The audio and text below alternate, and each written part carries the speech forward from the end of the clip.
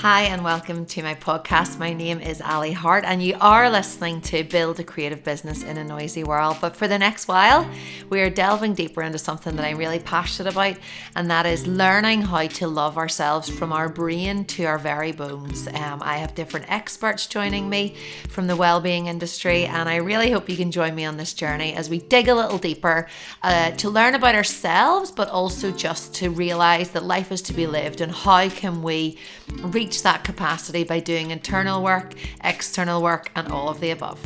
I really hope you enjoy the episode. Okay, so today I have my first guest, who is Eileen, who I have met. So unlike some of the other guests I've got lined up, I have been fortunate enough to meet in person and to avail of her services through our third born. Eileen Russell is a play therapist. I'm sure you'll be able to make that a bit more, I don't know, is that what you said? Is that the right term? Yes, it is. Yes. Good. So today we get to shine a light on play therapy, but also on Eileen and who you are, what you do, and how you've got to this point. So you're very welcome. Thank you very much. I'm delighted to be part of your podcast. Big fan. Oh, it's so good to have you. Do you want to tell us, even in like a 1 minute summary, of what it is that you do, and then a little bit about you and family and how you've got here? Yeah. So yes, I'm Eileen, and so I own Waymaker Child Therapy, and we are a relatively new not-for-profit organisation throughout Northern Ireland, and we want every child in Northern Ireland to access the help that they need through play therapy. So play therapy is an inside-out job, and it is working through creative modalities like play and art to heal children from their inner core. So we go after deep things so that there's a reset rather than putting sticky plasters on the top. Yeah, brilliant. And have you always, how did you get here? Or you have family of your own, haven't you? Is it something? I have, yes. So I have a boy and a girl who 14 and 8 years old now, and started off actually when I was young. I know that you wanted to be a teacher when you were at one stage as well, Ali. That's what I wanted to be when I was younger, and came along, and it didn't quite work out when I left school. Did a couple of jobs, had no idea what I wanted to do, and then started to work in a public service in the library service.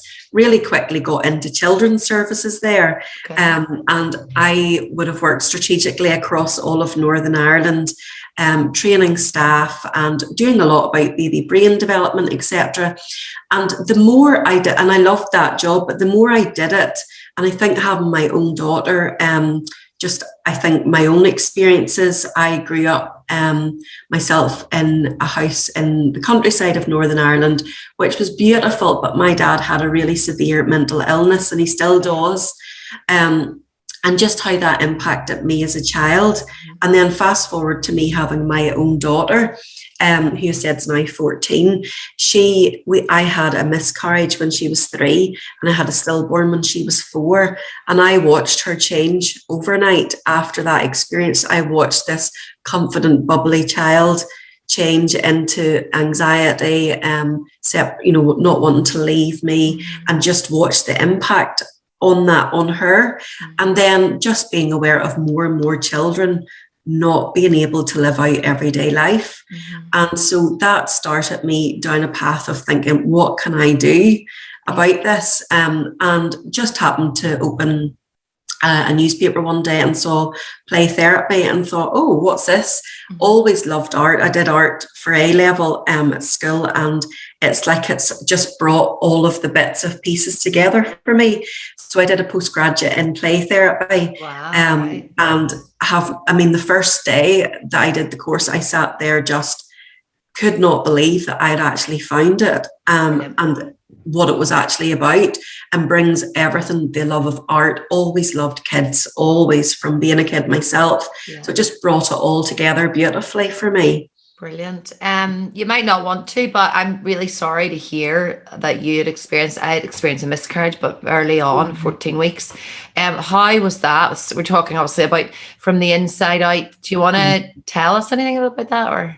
Yeah, that was a really hard experience, life-changing experience, I suppose, and a very dark place, full of fear, It's not really a spoken subject, very taboo, and just the effect that it had on me, on my husband, on our family. You never think that you have to bury a child. And yeah, so that was pretty tough. But then from that, from those tough experiences, you have to dig deep. And that's when you go into your inner core to find out. So I've had a lot of therapy, and that journey of therapy for me sort of led up very nicely until my play therapy training experience, which then is a very experiential course. Yeah. And on that course, we are constantly in process because we have to experience what a child experiences when they're with us. Yeah. So that dug even deeper. And also, we can never be shaken by anything that happens. Yeah. So we have to go into the depths of who we are. Yeah. And really, I suppose it's when we work with a child, it's like peeling back the layers of an onion until your true self emerges. And when you get to that place, it's not an easy journey. But when you get to that place, you know who you are. Yeah. And even learned behavior, isn't it? Or things you've been told. I remember listening to a podcast recently, and it's called The Happy Place. And they were talking about, it's an American guy. He's a presenter in ABC America. And someone was on and was talking about, like you've been told that if a circumstance like that happens, how you cope, how you deal. But actually, until you do internally, you realize this is how I can navigate it. Thanks for sharing that. That's in one way, I can see how you are. I don't know, you're built differently. I think you just have a lovely spirit and a soul whenever you meet in person. And it's like all of these things, life really does just mold you, doesn't it? And whenever you have a place in a professional capacity, you can use those experiences. Yeah.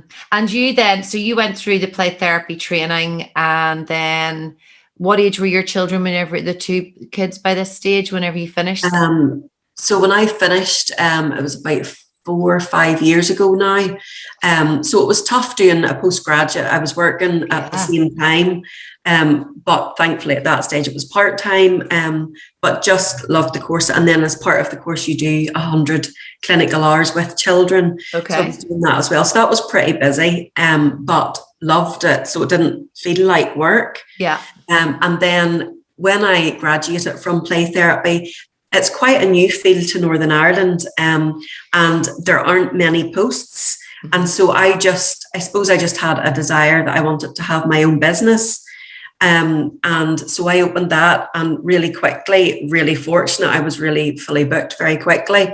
And a lot of it is word of mouth. And from that then, very quickly, I had a lot of parents contacting me whose children really needed help, but they couldn't afford the service. And whilst I would have done the odd one for free, I knew you couldn't do that. Yeah, forever. I have a podcast on that. We can only give so much. Yeah. Yes. So I decided to use my strategic experience in the public sector and started a not-for-profit organisation. Okay. So really the heart behind what we do is that we want every child to access the service regardless of their financial circumstances. Okay, brilliant.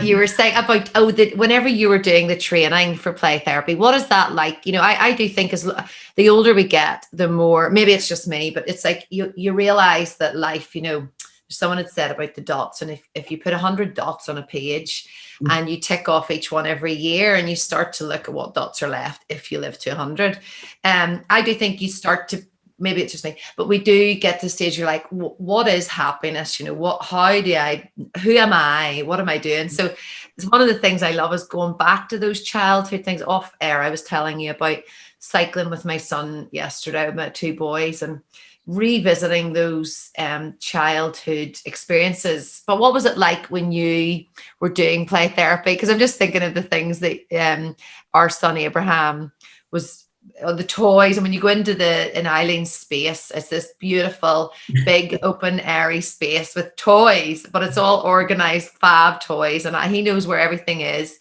And what was it like? Is that what you're saying? You had to do that side of it? Yeah. So the course is, of course, there's theory around what we do, but it is experiential, because the only play therapy is psychotherapy.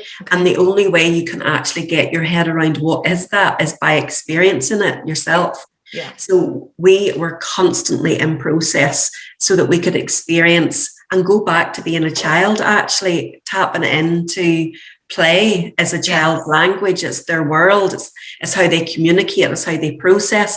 And so we went back into that. And there were some very significant experiences throughout that, things that just, every process that we had, something came up. Yes. You don't ever go into a process of, for example, the sand tray or art, and you're given 45 minutes. And the difference is it's in a therapeutic setting. Mm-hmm. So when someone's holding that therapeutically for you, something will come up. Yeah. And for me, that happened. And it actually took me right back to being in the womb. Right. I peeled back so far and realized I had quite a traumatic experience in the womb. And then I was healed from that. Yeah. So it really took me right back to some people say, it's unconscious work or your innermost being. And then is that also tied with the play side of it? Was it fun? Like, were you? Yeah, absolutely. Yeah. I mean, we got to experience being a child. Mm-hmm. And that was magical. There's no words to describe what that feels like. Yeah. Really powerful. And just the power of what our children experience and something quite simple, even being on your knees or being down lower, isn't it? That whole thing of, rather than standing, towering up whenever you're at the minute, I have an online teaching program and a students on there. It's called The Unintentional Artist. And it's at the minute we're encouraging them to paint in their bare feet and to do things in your bare feet. And even that real sensory side of it is Waymaker. Can you tell us about the name? I should have actually said the name rather than play therapist at the start. Tell what brought you to that name. Yes, well, I'm a Christian so my faith along the way has been really, it's my steadfast that keeps me going, keeps me my inner peace. Mm-hmm. And for me, that was just Waymaker is God. But also in that, I suppose, thinking about, I want children to be their Waymakers. Okay. I want to reset them back to who they're meant to be. Yeah. So lots of children, if they've had something hard happen to them over their life, and sometimes it's really easy to know, someone's died and that's been really difficult, or there's been an illness, or sometimes it's not so easy to know. There's just layers. It could be a traumatic birth, just layers of things that set off a faulty alarm system. Mm-hmm. And we want to reset children back to being who they were meant to be, to being the child that they are meant to be, to resetting them back to that, rather than having anxiety and all these adult worries and things put over them that they don't need. Mm-hmm. And so it's bringing children back to who they were born, what they were created to be, and who they were born to be again.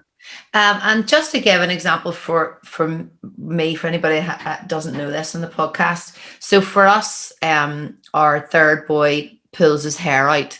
And that was that's been from I stopped feeding him. That was really when it started. He would pull my hair, and that was 5 or 6 months old, and that has gone on now. And that's how I first was introduced to you, Eileen, because we'd gone down the medical route, and then different people had said.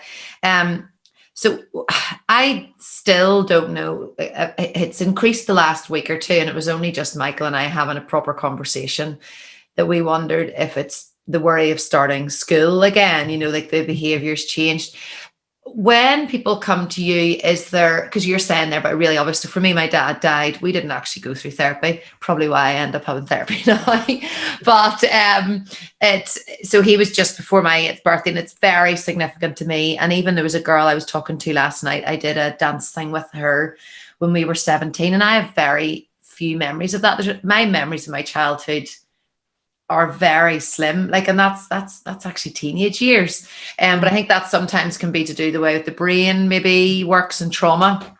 But when someone comes to you and says about that, because for me it felt a bit like he pulls his hair, is there a scale of, parents died, someone, the hair pulling, or is it just when people come to you, do you just start from the same point and it all? Yeah. Well, we take everybody as they are, and we meet them where they are, not where we think they should be. Okay. So our service is very child-led. Yeah. And also parent. I mean, I work with parents as well, and everything we do is from there. We meet them where they are and take them with us. So every child matters, and we ask the same questions to build a picture when someone comes to us, and we walk them through it very gently, because we know that this is tricky work. It's difficult, and it's hard for parents to reach out. I mean, all the time parents will say to me, I just can't, sometimes they'll say, I can't fix that, or I can't help them with that. And I always say to them, there is no shame reaching out to get professional support. And for me, it's as simple as handing your child over to a GP. We're trained to be the professionals, to see the world. We really see the world from the eyes of a child and from their perspective, and we want parents to help them to learn what's going on. And a lot of it, parents will think, it might look like naughty behavior or something. It's not, and it's beyond the child's control. It's faulty alarm system in their unconscious. So most of it's outside of their control. And when we start to educate parents and let them know this is why this is happening, and which is why we always offer a free consultation to make sure that our service is the right fit for each child, but also to help parents understand what's going on. Because when you understand it, then you can deal with it better. And we also work with parents. So I've just finished a parenting journal, actually, that we're going to release, and it's about inside out parenting, because I believe that every parent knows deep down what they need to do in their gut for their child. They just need to trust themselves, because nobody knows their child better than their parents. And so it's just beginning to tap into that gut instinct. Is this right for them, or is it not? And that's what we encourage in our work as well. I think that's the, sorry to interrupt you there, but I think that's the hardest thing as a parent, especially when it's for us the third child. You're like, how have we got to this? Like, how is this not working? And also you're saying there about, them best. I think that's where it really pulls at my heart, the timeout or whatever. Like, it's like, how am I not doing that right? Or how is this not working when I'm the one that knows him the best? And do you think like that's a lot to do with, I'm so excited about this series because there is a real, internal aspect to talking to people about, some are different physical therapies, but a lot well-being from the core. Well, how do you feel then whenever society tells parents to do one thing? Like, do you feel like there's a little bit of a reverse, like education system as well? Like, I always feel like you can't blame teachers. For me, if, let's talk about something as like, well, I'm art-based, so I'm in the unintentional artist. I'm basically reversing everything that they were told about. If they can't draw the apple correctly, like they were meant to in school, I'm telling them that it's okay to do that. Do you think there's some of that with what you do?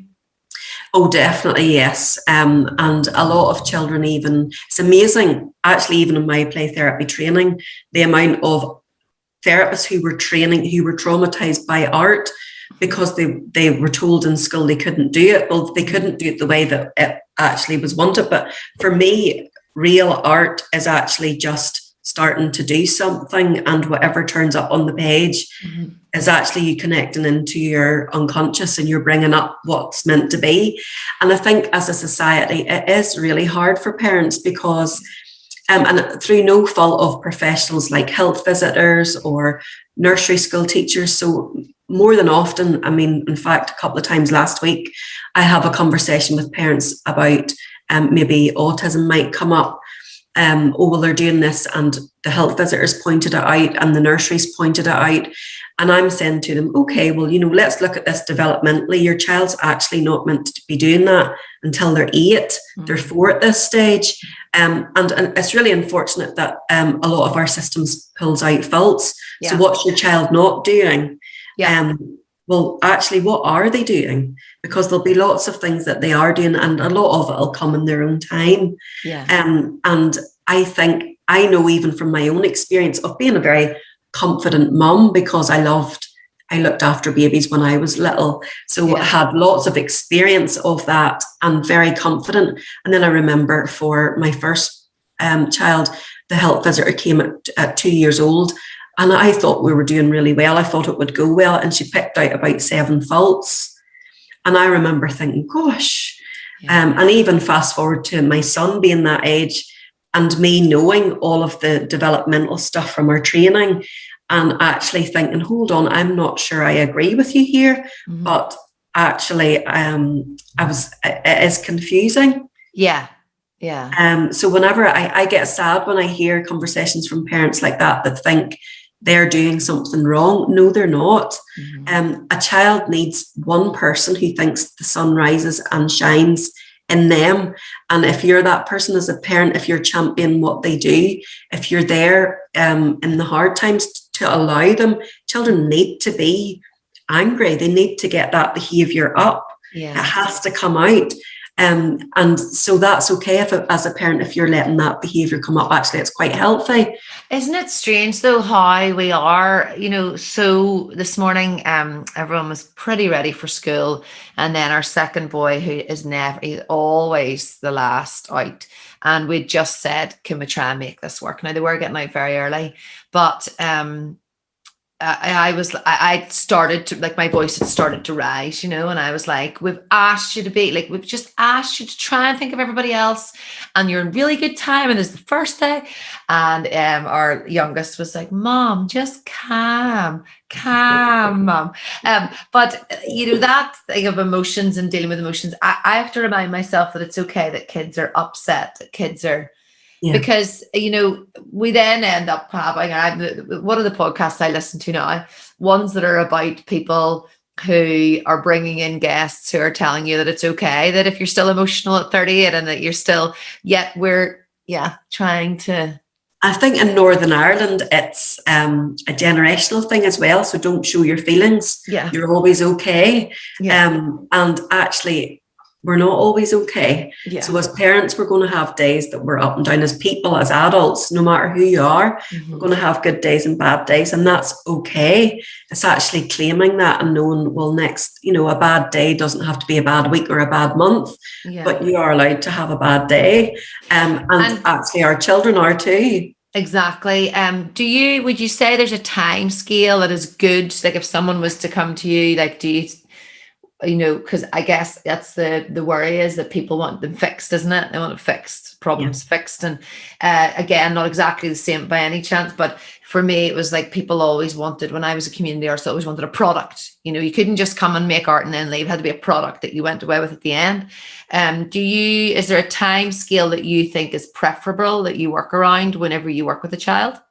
Well, when we work with a child, it is around 12 to 14 weeks minimum. And some children need a lot more, and that's okay. So our service is completely child-led, and we are taught to be non-directive and child-led. So what's happening is it's like peeling back the layers of an onion, and for every child that's different. And because we're doing that, we're actually not pulling stuff up that they're not ready to cope with, which is actually really dangerous as well. So there is, I suppose it's a process, and we're constantly told in our training, trust the process. And so whenever we're doing our consultation with parents, we're saying it's a process. I always see it like a circle where we go after the hard stuff, and then actually the second half is where the child actually really becomes attuned to their own feelings and how they are, and somehow they start to figure out how to problem solve on their own without being taught, and they figure that out because we're going to their core. And is that a sign of, like, I don't mean to use the word success, but is that like a milestone in the journey, do you feel? Yes, absolutely. And play therapy is proven to put new neural pathways in the brain. So it puts in healthy ones after it goes after the faulty alarm system. So we do the hard layers first and the hard work first. and then we go up and out the other side, which I see like the second half of the circle, so that the child is confident in the world and who they are, and they just seem to be able to articulate how they're feeling. Doesn't mean that they're going to always feel really good, because that's not realistic, but they will be able to tell you what they are feeling, and if they are having a bad day, they'll have words for that. Okay. And speaking of confidence, just to shift slightly, whenever I think I'd put on an Instagram story about our son's hair pulling, and you had replied to me, and I got quite a lot of different DMs about it, which is lovely. People are very kind and offering advice, because I wouldn't have put up much about him, but it's because it's such a physical act of him pulling, and it's so aggressive when you look at it as he does the act. Sometimes it just feels like a lot. So I'd shared it, and I remember then I had replied to you, and I think you had said something like, I've never actually done that before. No, I haven't. What made you step out, or did you just sometimes I know that you're very confident in your practice, which is a beautiful thing. Yeah, I had never done that before and wouldn't do that.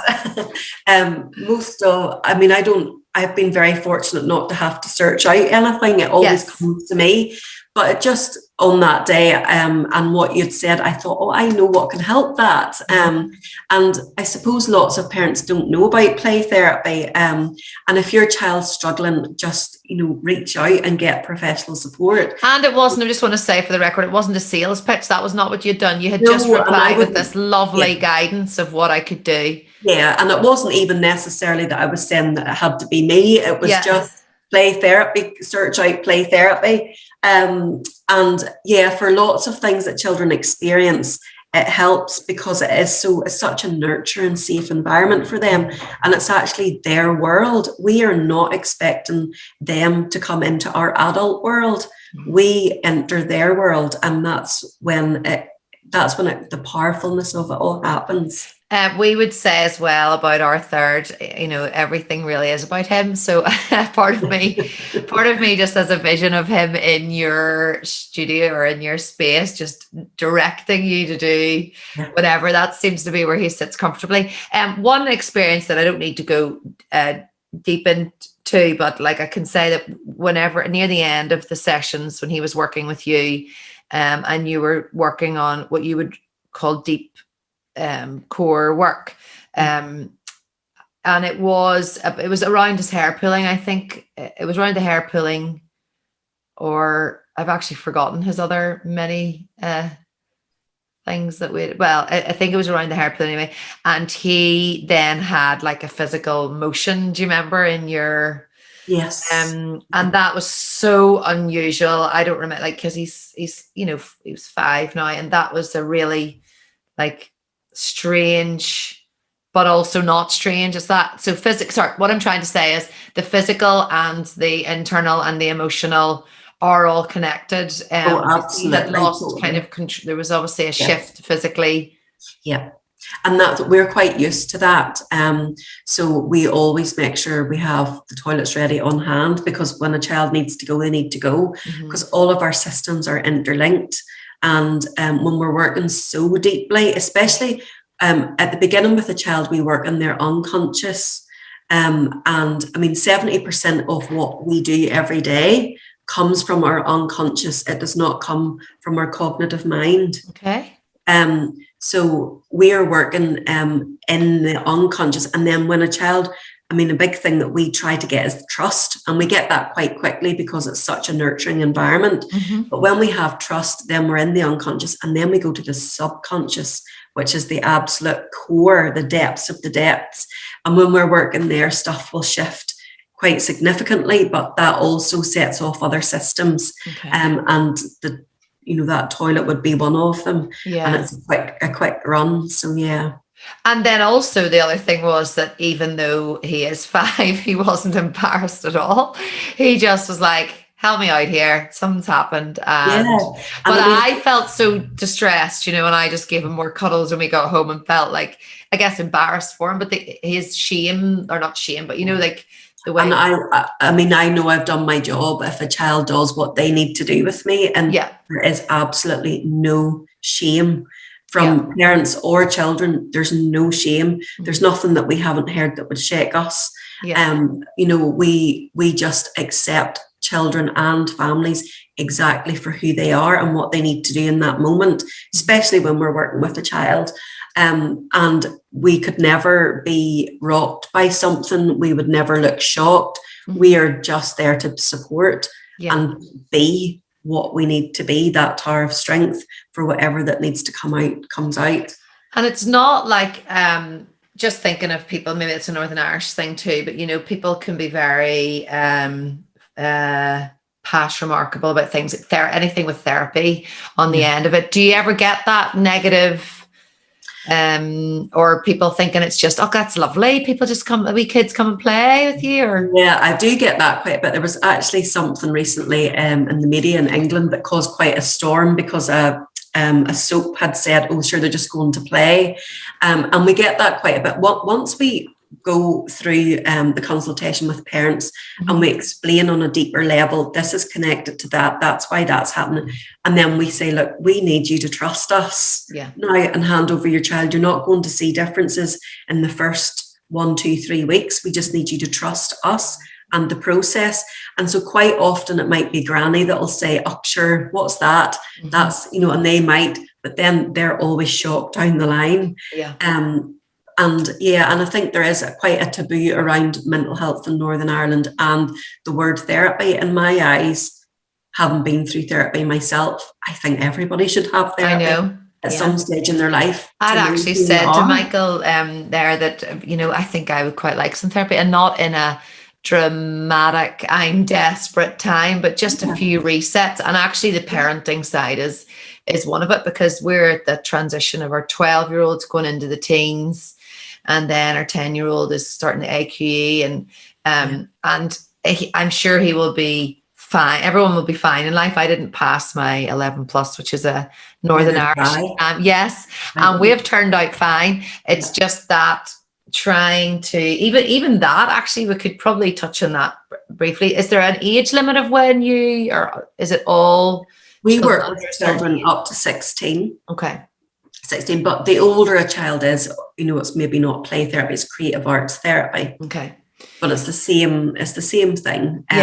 We might talk a bit more, but you know, it's completely child-led, so whatever the child needs. Yeah, because I definitely think that there's no point in me getting on a soapbox about it, but it's hard for me to articulate to people how, when a lot of people have passed this exam and got into the school that they wanted or whatever, it's hard for me to articulate to my children that it actually doesn't mean you're a worse person.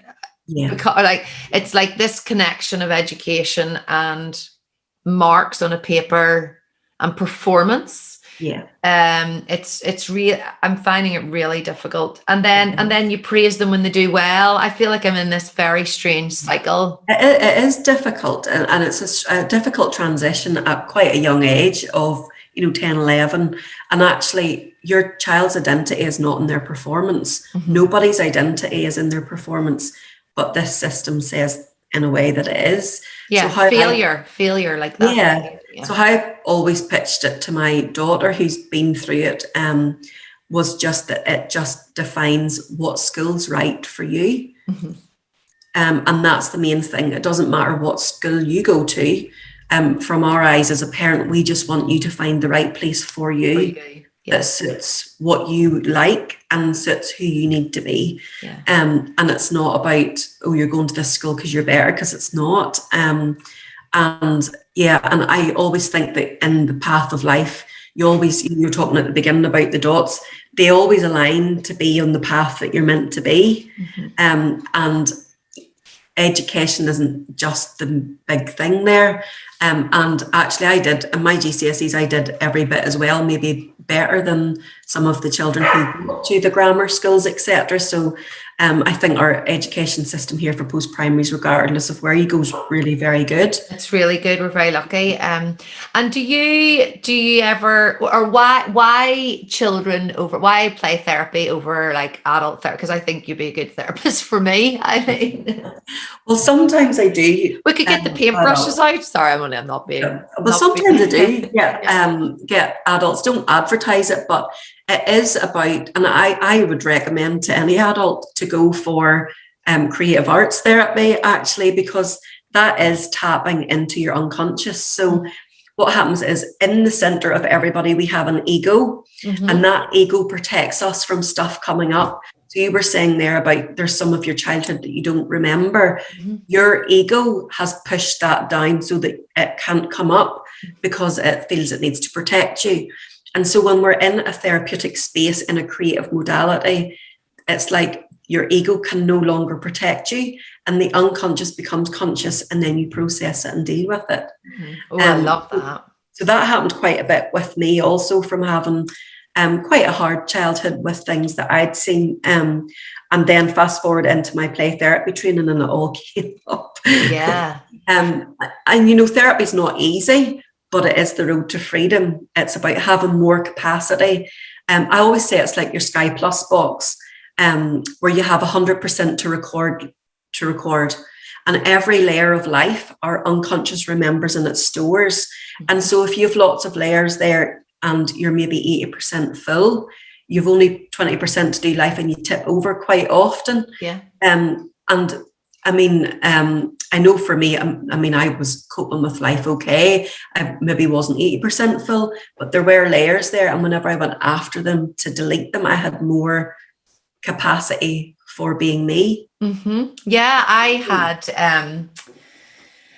had Lee Telford on, and she is a well-being coach, but I had, and I guess in a form of therapy, I had sessions with her for about 6 to 10 weeks, and a lot of it is childhood and revisiting childhood, and for after sessions, I couldn't wait to tell people. People thought it was crazy, some of the things, but and I love that you said there about deleting so that you could make space, because that is the thing with mental health, isn't it, as well, is that we are way down, like nobody else sees those blocks and those everything that's that could be deleted and dealt with and then deleted. And one of the things we did was I had this, I talk about it in the podcast with her, but with Dad, I was on a beach, and because I was young whenever he passed away, but it was on our favorite beach in Port Ballantrae, and there was a bonfire,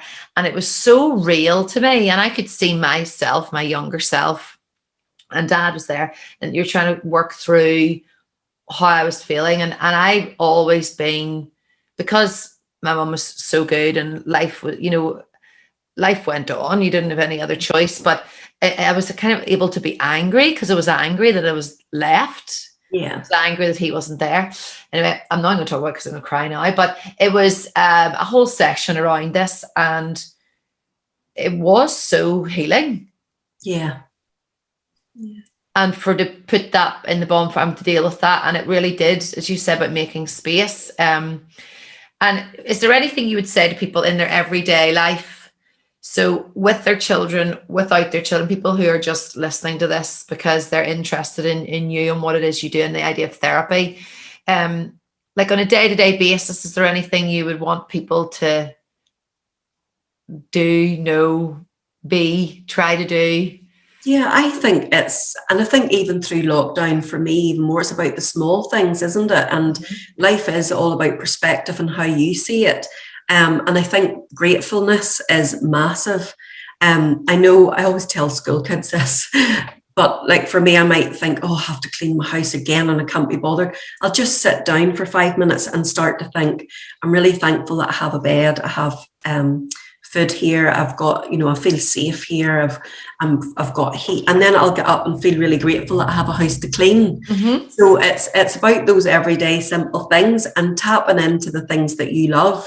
So anything creative, when you create, and and you'll know this, Ali, with your profession and what you do every day, you are connecting with a deeper layer of yourself when you paint or when you do anything creative. It could be craft, whatever that looks like, and just doing those things for you. I think for parents and busy professionals, it's really easy to get bogged down with life and be busy. And I know I do this, sometimes put myself in the back burner. And I'm working hard at the minute to make sure that I fit in exercise every day for me, and to make myself the strongest. And I suppose if we're in the best place that we can possibly be, then we can cope with the other things that come, or we can cope with kids or relatives or whatever that looks like. And just you're talking there about the creative arts, like the people that I mentor are often creatives, and I had an in-person session with one of the females that I've been working with for a year, and I said to her, couldn't wait for this series and etc. And she said, yeah, because your mentoring is more about the whole picture rather than like, this is how you, because she said, yes, you always get from me how you set up your Instagram website and the practical side. And it's the same with the teaching of, we did a survey just this week, and what you're saying about, being able, when you are creative and you're in the subconscious, wasn't it? You're saying, that is when, like, that's when life really is. That's when you're connecting with life and with you, isn't it? When you're just really getting to know yourself. And that's so important. And for those people that are taking part in your course, it is always about, there's no point being taught one part of it, but that is the whole round experience of, which is so important. And something that we also do, we work with professionals as well. I train professionals. And we train professionals in things like trauma, etc. But something that we're going into much bigger as an organisation, I suppose, is problem solving and innovation. So we use things like Lego and art and paint to bring up, because actually everybody knows the solution to problems in their unconscious. The solution's there. You just need to tap into it and bring it up. And so through the training, we consult with organisations to find out what's your problems, what is it that you're facing at the minute that needs, will help them to bring that up and out. Brilliant. And we do that through a lot of Lego, because they're creating, and then art. And then we also do innovation. So what are the new services or the new products that you need to innovate? And we'll bring that up, because actually they have the solutions. They just need to tap into what that is. And bring it up and make them conscious here of it in their cognitive mind. Super. And that, whenever I wasn't an art therapist, but would have worked with social services because I was a support worker, and they said, oh, you do arts, and I would have been in and worked with young people who'd abused solvents or who had been sexually abused. And it was some of the best work, for me, challenging. But the one thing I used to always say to give feedback was, like, busy hands, open heart. It felt like that was those busy hands. So it's just really interesting that a lot of corporate companies are now bringing, you're saying about Lego. I was pitched for a big company in London for me to do the paint workshop, but the other person that was in for that was a Lego. So obviously yours isn't even, so I'm thinking about, those are just, remember I said about a product, those are a product probably at the end of that, whereas what you're saying is a real innovative and obviously group sessions to bring things up. I think that's brilliant. Yeah. And tell me then a little bit more about the business before we wrap up, because I know that you are, you're speaking as if it's just you, Eileen, but you have a team. You have a team of different people that work for you in different locations. Is that right? Yes, we do. Yeah. And we want to grow that. So basically we want to be throughout Northern Ireland, so that everybody can avail of the service for children. And I'm working at the minute. I'm just beginning. I've finished my parenting journal, which is about inside out parenting. I'm going to work to bring that online. Brilliant. And that'll be a package, or would that be? Yeah, it'll be a package. So it'll be the journal alongside a virtual platform of Great. some description, so that every parent can access it. And again, our heart is whether you can afford it or not, that you would be able to access that. And we are looking really about becoming financially sustainable for the future, and not having to rely on funding, etc. So we have launched, just launched there in the summer, a clothing range. I know. Yes, You're so wearing for now. adults and kids. So it's Waymaker for adults, and then Little Waymaker. So we've been at a few events, and just the feedback from that already has been amazing and really exciting to see where that goes. And then also we will be launching more into training, professionals going into the corporate world, and really tapping into their corporate social responsibility. So Brilliant. if they get the service from us, then all of the profits from what we do go towards these children to have therapy. So just, more and more organizations are becoming more aware of, social responsibility, and we are a social enterprise. So it's so that's the two big plans, I suppose, are the clothing for this year, and then tapping into that professional training, all of which profits come back in for kids to get therapy. That is the core of what we do. It just makes me, 1 in 8 children in Northern Ireland have are struggling with mental illness, and 70% of those are not getting the support that they need, which just makes me so sad, when I know that a few sessions of play therapy or creative arts play therapy would really help. And so we want to support all the other organisations like schools or Sure Starts, whoever it is that works with children out there. We want to be there to support that work as well. I really love the idea that people, so when you've been at different events with Waymaker, is that you vocalizing about play therapy? Yes. Yeah. How beautiful. That's a great. Yeah. And because I keep meaning to get one for Abraham, actually, a t-shirt, and even on your social, like how great that is normalizing it. Yeah. Yeah. And I think that's one of the things that was bigger than what I have expected it to be so far. So as we go out with Waymaker and Little Waymaker, and we have, the kids have really loved the geometric bear. Yes, I wanted to ask about that. Yeah, which I drew actually, and has a deeper meaning. Everything that we do has a deeper meaning. But I've been really delighted how much children have really loved the bear, but how much conversation then it's rising about, well, what is play therapy? And as we go out with the merchandise, more people are getting in touch to say, my child's struggling. So they maybe don't even realise that they need help. It's just, they think, sometimes parents just think, well, they're just like that. And, one thing goes after another and whatever, and then realizing what play therapy is. So that's something that we really want to do, is to raise an army of play therapists in Northern Ireland, and for more people to actually go on the training. And we're really fussy. We will only use play therapists who have done the postgraduate, because it is such specialised work and you need to be properly trained. And in my eyes, children deserve the best, and they deserve the therapists who have spent a lot of money to train in the postgraduate to be a play therapist. So we're really fussy about that as well. But yes, the bear came. I just had this image of a bear for a while, and sat down and drew. It was geometric, obviously, the geometric bear. And then I looked it up. We're taught in Jung, and when I looked it up, a bear represents the dangerous contents of the unconscious, which is what we are actually taking out of children. And then it's a polar bear. And when I thought about that, it's really about, we want to bring colour back into the lives of children in Northern Ireland. So at someday I'll have an animation where that bear walks across, and the white bit turns into colour. All of the segments. I have a purple polar bear somewhere. And when you count the number of sections that the polar bear has, I didn't know this obviously when I drew it, it's actually the recommended number of sessions that a child needs of play therapy.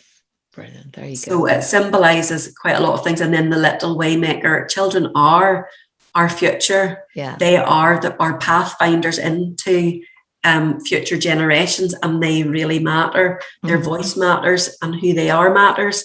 And so they are, in my eyes, our little waymakers, making that way and that path, and any way that we can help them to reset if they need to. Yeah, we're there for sure. Oh, that's super. Thank you so much. Thank you. There's so much I could ask you about. I was thinking there about there was an advert that we saw. It was, we were watching it's the celebrities swimming across the channel, and there was an ad, and it was all about the earth, and it was kids. I think it's like sponsored by Amazon or something, but it was kids like jumping into rivers or standing in like amongst lots of rubbish, and they're like, what are you going to do? Like, I'm only 8. I'm only 8. And it was like, we have got to be aware of it, because they are the future. Yeah, absolutely. Oh, super. And where can people find you?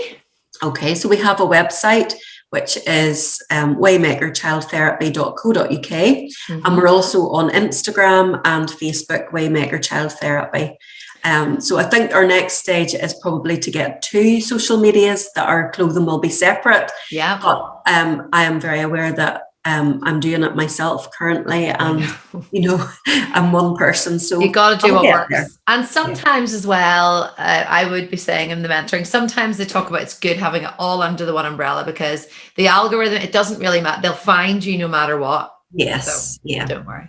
Brilliant. Well, you're doing an amazing job, and thank you for your time. Thank you so much for having me. Like, then any events, just I wanted to ask you about, you're talking about events, are you going to be at any more with the merch?